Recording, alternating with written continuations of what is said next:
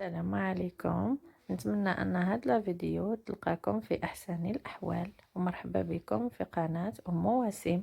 اليوم جيت نحضر معكم هاد كيكة الاوريو اللي درتها في العيد الميلاد نتاع بنتي، اللي كيكة سهلة واي وحدة فيكم تقدر ديرها وتجي شابة لا في الشكل وبنينة في المذاق. هنايا ننتقل معكم للمقادير نتاع الكريمة. انا هنا عندي 500 غرام نتاع لا ميسكاربون، وعندي 400 مليلتر نتاع لا كريم ليكيد اللي يكون فيها نسبة الدهون 30%. عندي هاد الكاطو نتاع سبيكيلوز، وعندي القهوة، وعندي هاد القارورة درت الحليب باش نسقي به لا جينواز نتاعي. ونحتاج جينواز. انا هنايا الجينواز ما بارطاجيتش معاكم لا غوسيت باسكو راه سبق ليا وحضرتها معاكم وبارطاجيتها في القناه في كيكه عيد الحب. اللي بغى يدي الوصفه نتاع لا جينواز يدخل لتما، ما حبيتش نعاودها لكم باش ما تجيش الفيديو طويل. وسمحوا لي في المقادير نتاع الكريمه ما زدتش ذكرت معاك، نسيت ما ذكرتش معاكم السكر كلاصي اللي درت 8 د المعالق كبار. درت هذيك لا ميسكاربون، زدت 8 د المعالق كبار نتاع السكر كلاص، زدت هذيك لا كريم ليكيد وخلطت كلشي في خطره حتى طلع. راه سبق ليا حتى هاد الكريمه وحضرتها معكم، غير اليوم جي دوبلي المقادير. هنايا بور لو مونتاج هي حاجه الاولى مونتيو دون ان سيرسو، راه يعاونكم بزاف.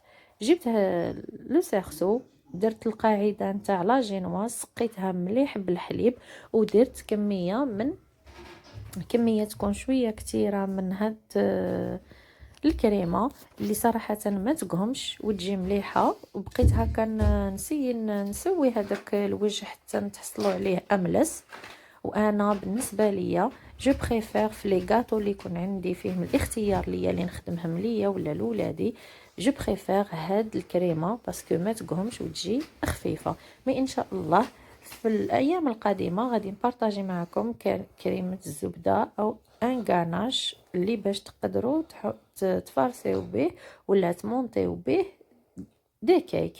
هنايا جبت هذاك سبيكيلوز، بقيت نديرو في القهوه ونحطو من الفوق. انا درتو كامل داير صاير على هاد لو غاتو، درتو كطبقه كيما الجينواز. واللي ما توفرش عنده هاد الكاطو يقدر يدير اي غاتو متوفر عنده او يدير اون جينواز.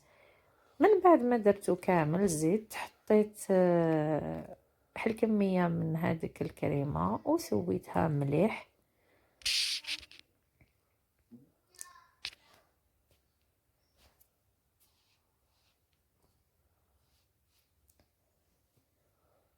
ومن بعد جبت عاود بحال لاجينواز. شوفوا لاجينواز كيفاش تجي خفيفة. نحطها ونعصر عليها غير بشوية هكا باش نسقدها مليح.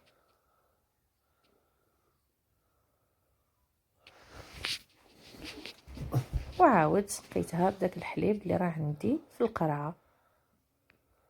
واللي ما تستعملش هذاك الكاطو نتاع سبيكيلوز وما ديروش في القهوه، تقدر ما تسقيش بالحليب، تقدر تسقي غير بان سيرو اللي تخدمو هي في الدار ولا افيك ان جو دو فروي.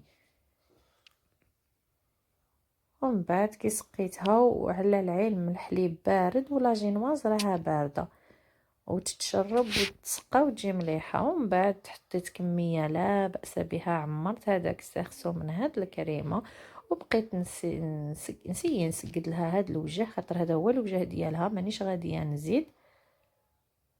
سقدته مليح. ومن بعد انا خدمتها في الليل، دخلتها للفريغو اللي باتت ليله كامله. واللي ما يكونش عندها الوقت تخليها ساعتين في الكونجيلاتور. انا على غدا الصباح خرجتها وجيت باش نديمو ليها. كما راكم تشوفون نجيب سباتول ولا اي حاجه تكون عندكم رقيقه ومسطحه هكا في جوانب باش كي تحلوها تجيكم ما تفسدش. ومن بعد حليتها ونحيت لو سيرسو. هنايا تجيب بنفس الكريمه درتها في الجوانب وبقيت نسقدها باش نتحصل على زوايا حادة وتكون متحوفة.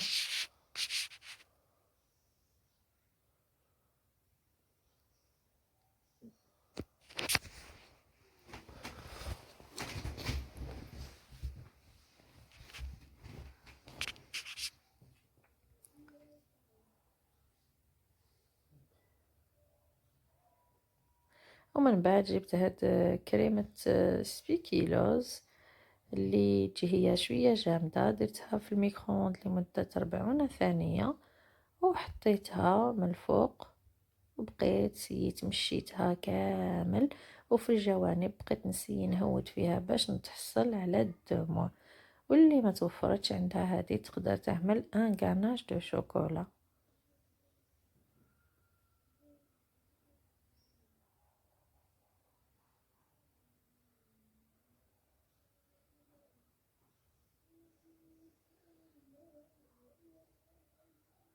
ومن بعد جبت داك لاكريم بنفس الكريمه، درت دي غوزاس هكا، خليت هذاك الفراغ ما بيناتهم على خاطر الضربه الاولى كانت عندي في راسي انني نديكوريها بهذا الشكل اللي تعمدت انكم تشوفوه. وجبت هاد لو غاتو نتاع اللوتوس حتى هو سبيكيلوز اللي يجي دائري، ودرتو هكا في الجوانب كامل. بصح من بعد كي كملت شتها ما عجبتنيش، ما جاتنيش مليحه، عاود نحيته كامل ودرتو بالشكل اللي بان لكم الكيك كيفاش درتو. خطرات يكون عندكم افكار في راسكم مي كي تكونوا تخدموا في الحاجه عاود يجيكم افكار واحده اخرى. وهنايا بالنسبه لا ديكو كل وحده ديكور على حسب الذوق ديالها. من بعد هذوك الفراغات اللي كانوا عندي درت فيهم دي غوزاز وجبت هذاك الكاطو ودرتوه في الجنب اللي ضربه، درت واحد عاود درت زوج ثلاثه وشويه من هذاك الكاطو فتتو فوق هذوك لي غوزاز اللي درتهم.